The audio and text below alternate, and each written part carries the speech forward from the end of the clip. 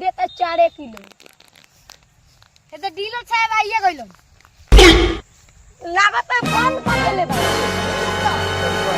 4 kilo काहे देता रे? अरे नाम काट देल बर से खाता पर से को बार बोली के गो बस तो रे हां पूरा गांव के देवे के चाहिए ना हमार खाली देवे के चाहिए 5 किलो तो देता रन 4 किलो।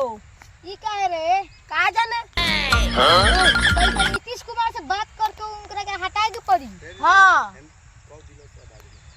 अरे वो तो डीलर साहब आइए गइलन। बोला हो अपन फरमाइश। हमार डीलर आया कोटवा का 5 किलो देवे के चाहिए तो 4 किलो मिलता।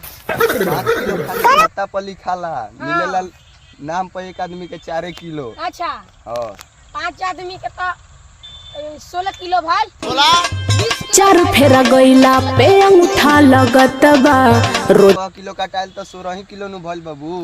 ई